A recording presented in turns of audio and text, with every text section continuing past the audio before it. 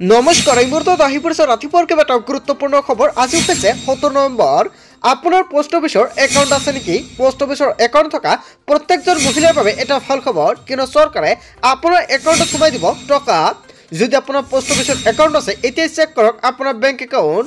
লগতে প্ৰত্যেকজন আত্মীয় গোটৰ মহিলাৰ একাউণ্টত সোমাই পৰিব 10,000কৈ টকা। চৰকাৰে ডেটটো ফিক্স কৰিছে আৰু বহুতো মহিলাই কিন্তু আত্মীয় গোটৰ 10,000 টকা নাপাব। আপুনি আত্মীয় গোটৰ ফৰ্মটো জমা দিছে নেকি? লগতে অৰুণোদয়ৰ প্ৰত্যেকজন হিতাধিকাৰীৰ বাবে এটা ভাল খবৰ, নতুনকৈ কৰিব পাৰিব আবেদন। যদি আপোনাৰ ৰেচন কাৰ্ড আছে তেন্তে আপুনি আবেদন কৰিব পাৰিব। লগতে কেইবাটাও ৰাজনৈতিক খবৰৰ লগতে অৰাজনৈতিক খবৰ যুগুত কৰা হৈছে আজিৰ দিনটোত। গোটেই অসম তথা ভাৰতৰ বিভিন্ন প্ৰান্তৰ পৰা যুগুত হৈছে কেইবাটাও ডাঙৰ খবৰ। এনেবোৰ খবৰ নিতৌ পাই থাকিবলৈ চেনেলটি ছাবস্ক্ৰাইব কৰি ভিডিঅ'টো এটা লাইক কৰিবলৈ নাপাহৰিব। আজিৰ আমাৰ প্ৰথম খুবেই গুৰুত্বপূৰ্ণ খবৰ হৈছে অসমবাসীৰ বাবে এটা ডাঙৰ খবৰ। অসমৰ মুখ্যমন্ত্ৰী ডক্টৰ হিমন্ত বিশ্ব শৰ্মাই কেবিনেট বৈঠকত কেইবাটাও গুৰুত্বপূৰ্ণ সিদ্ধান্ত গ্ৰহণ কৰিছে। লগতে 11টাকৈ ভাল খবৰ দিলে অসমৰ মুখ্যমন্ত্ৰী ডক্টৰ হিমন্ত বিশ্ব শৰ্মাই। ৰাজ্যৰ লাখ লাখ নৱম শ্ৰেণীৰ শিক্ষাৰ্থীৰ বাবে এটা ডাঙৰ খবৰ। শীঘ্ৰে নৱম শ্ৰেণীৰ শিক্ষাৰ্থীয়ে লাভ কৰিব চাইকেল। 2024-25 বিত্তীয় বৰ্ষৰ বাবে শিক্ষাৰ্থীৰ চাইকেল ক্ৰয়ক লৈ অনুমোদন কেবিনেটৰ।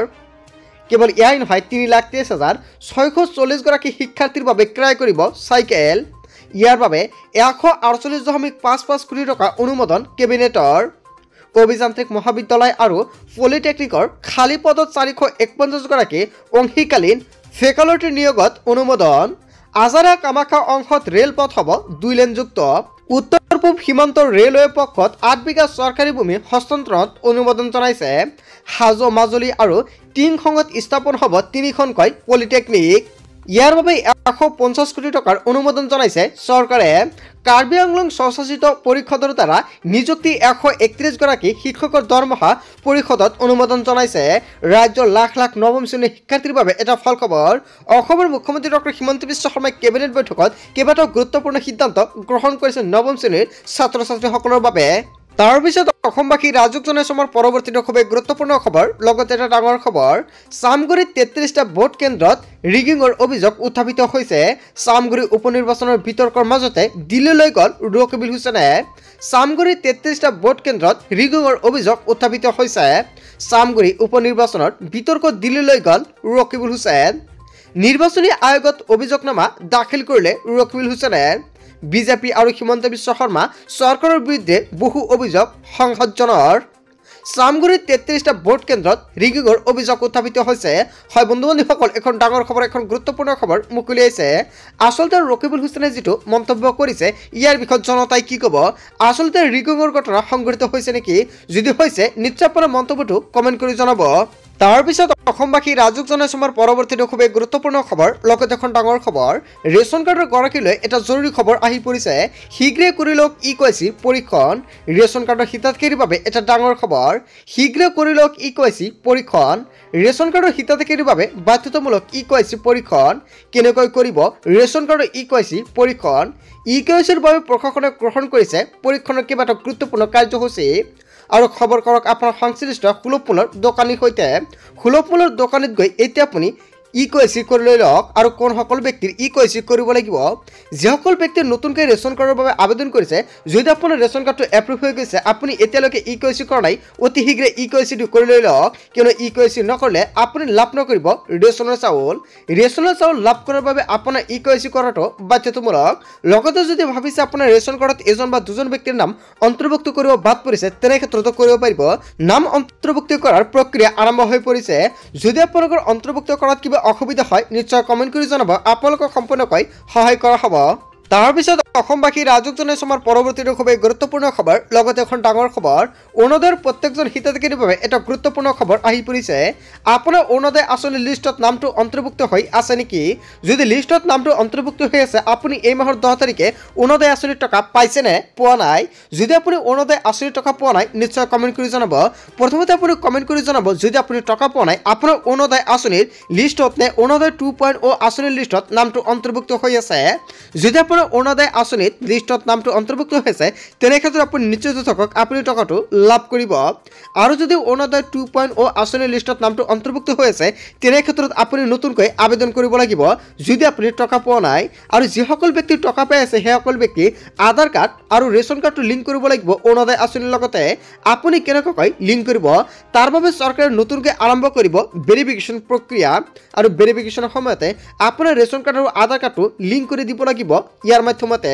চ' বন্ধু বান্ধৱীসকল আপুনি নিশ্চয় সম্পূৰ্ণকৈ গম পালে যদি আপুনি আগতে অৰুণোদয় আঁচনিৰ টকা পাইছিলে এতিয়া আপুনি অৰুণোদয় আঁচনিৰ টকা নাপায় তেনে ক্ষেত্ৰত আপুনি নতুনকৈ অৰুণোদয় 3.0 আবেদন কৰিব লাগিব। চৰকাৰে নতুনকৈ আবেদনৰ প্ৰক্ৰিয়া সম্পূৰ্ণকৈ আৰম্ভ কৰিব। যেতিয়া আৰম্ভ কৰিব নিশ্চয় এইখন চেনেলৰ জৰিয়তে সম্পূৰ্ণকৈ ভিডিঅ' পাই যাব। চ' তাৰ বাবে সকলোৱে আগতীয়া তাৰ পিছত অসমবাসী ৰাজুক জনাইছো আমাৰ পৰৱৰ্তী খুবেই গুৰুত্বপূৰ্ণ খবৰ লগতে এখন ডাঙৰ খবৰ লাখপতি বাইদেউৰ বাবে এটা ভাল খবৰ সাজু হৈ পৰিছে চৰকাৰ শীঘ্ৰে আপোনাৰ একাউণ্টত সোমাই পৰিব 10,000 কোটি টকা। লাখপতি বাইদেউৰ বাবে এটা ভাল খবৰ আহি পৰিছে শীঘ্ৰে আপোনাৰ একাউণ্টত সোমাব টকা। ধন প্ৰদানৰ বাবে চৰকাৰে গ্ৰহণ কৰিছে ব্যৱস্থা। জনতা ভৱনত বিশেষ বৈঠকত অসমৰ মুখ্যমন্ত্ৰী ডক্টৰ হিমন্ত বিশ্ব শৰ্মাই কেইবাটাও গুৰুত্বপূৰ্ণ সিদ্ধান্ত গ্ৰহণ কৰিছে। মুখ্যমন্ত্ৰী মহিলা উদ্যমিতা অভিযানৰ অগ্ৰগতিৰ বুজ ল'লে মুখ্যমন্ত্ৰীগৰাকীয়ে আবেদন পত্ৰ পৰ্টেলত অন্তৰ্ভুক্ত কৰাৰ সন্দৰ্ভত বৈঠকত মিলিত হৈছে মুখ্যমন্ত্ৰীগৰাকীয়ে। মন্ত্ৰী ৰঞ্জিত কুমাৰ দাস আৰু অন্যান্য বিষয়াসকল উপস্থিত হয় বৈঠকখনত। আৰু বৈঠকখনত চৰকাৰে এখন গুৰুত্বপূৰ্ণ সিদ্ধান্ত গ্ৰহণ কৰিছে। অহা ফেব্ৰুৱাৰী মাহত লাখ লাখ মহিলাৰ একাউণ্টত চৰকাৰে সোমাই দিব 10,000 কোটি টকা। কিন্তু সকলো মহিলাই 10,000 কোটি টকা নাপাব। আৰু যিসকল মহিলাই আত্মগোটৰ ফৰ্মটো জমা দিছে অতি শীঘ্ৰে বেংক একাউণ্টৰ লগত আধাৰ কাৰ্ডখন লিংক কৰি ৰাখক। যদি আপুনি বেংক একাউণ্টৰ লগত আধাৰ কাৰ্ডখন লিংক নকৰে তেনে ক্ষেত্ৰত কিন্তু আপুনি নাপাব আত্মগোটৰ 10,000 কোটি টকা। তাৰ বাবে যদি বেংক একাউণ্টটো কিবা আপডেট কৰিবলগীয়া আছে অতি শীঘ্ৰে কৰি লওক। তাৰপিছত অসমবাসী ৰাজুক জনাইছো আমাৰ পৰৱৰ্তী খুবেই গুৰুত্বপূৰ্ণ খবৰ লগতে এখন ডাঙৰ খবৰ অসমৰ মুখ্যমন্ত্ৰী ডক্টৰ হিমন্ত বিশ্ব শৰ্মাই হুংকাৰ প্ৰদান কৰিছে পুলিচে নিজৰ স্বভাৱ সলনি কৰিব লাগিব। পুলিচৰ শীৰ্ষতম অফিচাৰ হ'লেও এৰেষ্ট হ'ব। আৰক্ষীয়ে মুখ্যমন্ত্ৰী ডক্টৰ হিমন্ত বিশ্ব শৰ্মাৰ স্পষ্ট কথা পুলিচে নিজৰ স্বভাৱ সলনি কৰিব লাগিব। আগৰ দৰে ব্যৱহাৰ অসম আৰক্ষীত নচলিব। পুলিচৰ শীৰ্ষতম অফিচাৰ হ'লেও এৰেষ্ট হ'বই। এই সন্দৰ্ভত ডিজিপি জিপি সিঙে এখন গুৰুত্বপূৰ্ণ বাৰ্তা প্ৰদান কৰিছে। অভিযোগ পালে প্ৰমাণিত হ'লে সকলোৰে বিৰুদ্ধে লোৱা হ'ব ব্যৱস্থা। বিভিন্ন সময়ত আৰক্ষীয়ে দাগ লগাইছে খাকী পোছাকত আৰু এই ক্ষেত্ৰত ডিজিপিক দিয়া হৈছে ফুল অথৰিটি। প্ৰতিজন ৰিক্সা চালক ঠেলা চালক খাটি খোৱা মানুহে আৰক্ষীক বন্ধু গণ্য কৰিব লাগিব। তেওঁলোকক মৰম কৰা শ্ৰমৰ স্বীকৃতি দিয়া আৰক্ষী আমাক লাগে। 24 ঘণ্টাই অসম আৰক্ষীয়ে অসমৰ ৰাইজৰ কাৰণে কাম কৰক। অসমৰ মুখ্যমন্ত্ৰী ডক্টৰ হিমন্ত বিশ্ব শৰ্মাই এনেকুৱাকৈ কেইবাটাও গুৰুত্বপূৰ্ণ মন্তব্য কৰিছে। মহিলাসকলৰ বাবে এটা ভাল খবৰ মহিলাসকলৰ বাবে জ্যেষ্ঠ নাগৰিক আঁচনিৰ জৰিয়তে মহিলাসকলৰ একাউণ্টত সোমাই পৰিব টকা। মহিলাসকলে যাতে প্ৰকৃততে তেওঁলোকে নিজৰ স্বাৰ্থত সিদ্ধান্ত ল'ব পাৰে তাৰ বাবে চৰকাৰে এখন গুৰুত্বপূৰ্ণ সিদ্ধান্ত গ্ৰহণ কৰিছে।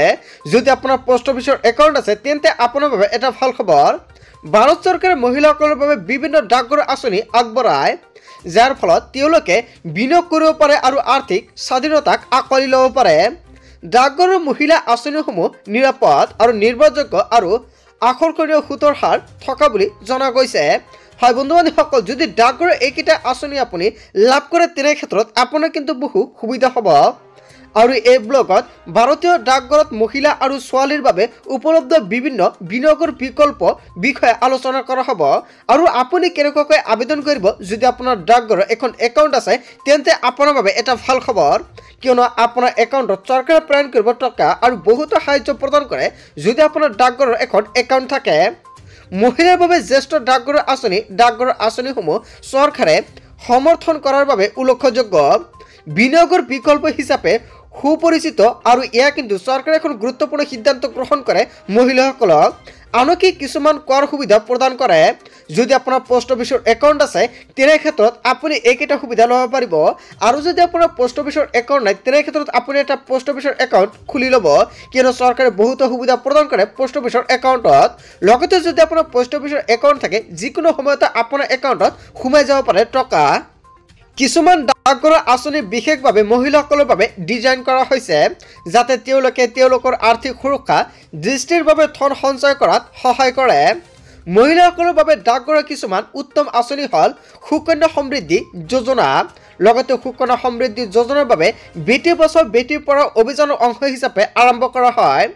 কন্যা শিশুৰ বাবে ডাকঘৰ সঞ্চয় আঁচনি আৰু ই আৰ্থিক সুৰক্ষা প্ৰদান কৰে আৰু অভিভাৱকক যদি আপুনি এইখন আঁচনিটো আবেদন কৰে তেনে ক্ষেত্ৰত নিশ্চয় আপুনি সম্পূৰ্ণকৈ জানে বহুতে এইখন আঁচনিৰ বাবে আবেদন কৰিছে। বেটি বচাও বেটি পঢ়াও বুলি এখন গুৰুত্বপূৰ্ণ মন্তব্য কৰিছিল প্ৰধানমন্ত্ৰী মোদীয়ে। এই আঁচনিৰ জৰিয়তে বহুতো কন্যা সন্তান বহুতে কিন্তু সুবিধা লাভ কৰিছে। কন্যা শিশুৰ বাবে ডাকঘৰ সঞ্চয় আঁচনি ই এক আৰ্থিক সুৰক্ষাৰ বাবে চৰকাৰে প্ৰদান কৰে। অভিভাৱকসকল তেওঁলোকৰ কন্যা সন্তানৰ ভৱিষ্যতৰ শিক্ষা বা বিবাহৰ খৰচৰ বাবে সঞ্চয় কৰিবলৈ উৎসাহিত কৰাৰ লক্ষ্য ৰাখে আৰু এই আঁচনিখনে 2020-22 বিত্তীয় বৰ্ষৰ বাবে 8% সুদ প্ৰদান কৰি আহিছে আৰু আকৰ্ষণীয় সুতৰ হাৰ বছৰৰ দীৰ্ঘ কাৰ্যলয় আৰু আপুনি যদি এইখন আৰম্ভ কৰে তেনে ক্ষেত্ৰত আপুনি কৰিব পাৰিব আৰু কৰৰ সুবিধাও প্ৰদান কৰা হয় আৰু আপুনি বহুতো সুতৰ হাৰ লাভ কৰে। এই আঁচনিৰ জৰিয়তে অভিভাৱক বা অভিভাৱকে 10 বছৰৰ তলত কন্যা সন্তানে কৰিব পাৰিব আবেদন। যদি আপুনি ভাবিছে আবেদন কৰিব তেনে ক্ষেত্ৰত কৰিব পাৰিব। যদি আপোনাৰ কন্যা সন্তানৰ 10 বছৰৰ তলত বয়স হৈছে তেনে ক্ষেত্ৰত আপুনি কৰিব পাৰিব। 10 বছৰৰ ওপৰত হ'লে আপুনি বিনিয়োগ কৰিব নোৱাৰিব। আপুনি প্ৰত্যেক মাহতে 250 টকাৰ পৰা আৰম্ভ কৰি আপুনি 1.5 লাখ টকা জমা কৰিব পাৰিব সেইখন একাউণ্টত আৰু এই আঁচনিখনে আয়কৰ আইনৰ ধাৰা 80 অধীনত কৰ কৰ্তনৰ বাবেও যোগ্যতা অৰ্জন কৰে আৰু ডাকঘৰৰ 2 নম্বৰ আঁচনি হৈছে ডাকঘৰৰ মাহিলী আয় আঁচনি আৰু মাহিলী আয় আঁচনিনো কি আৰু ইয়াৰ মাধ্যমত আপোনালোকৰ কি কি সুবিধা হ'ব। ডাকঘৰৰ মাহিলী আয় আঁচনি কি এই আপোনালোকক নিশ্চয় আন এটা ভিডিঅ'ত সম্পূৰ্ণকৈ জনাই দিম। বন্ধু বান্ধৱীসকল গোটেই অসম তথা ভাৰতৰ বিভিন্ন প্ৰান্তৰ পৰা যুগুতোৱা হৈছে কেইবাটাও ডাঙৰ খবৰ। এনেবোৰ খবৰ নিতৌ পাই থাকিবলৈ চেনেলটি ছাবস্ক্ৰাইব কৰি ভিডিঅ'ত এটা লাইক কৰিবলৈ নাপাহৰিব। So thank you for watching full video.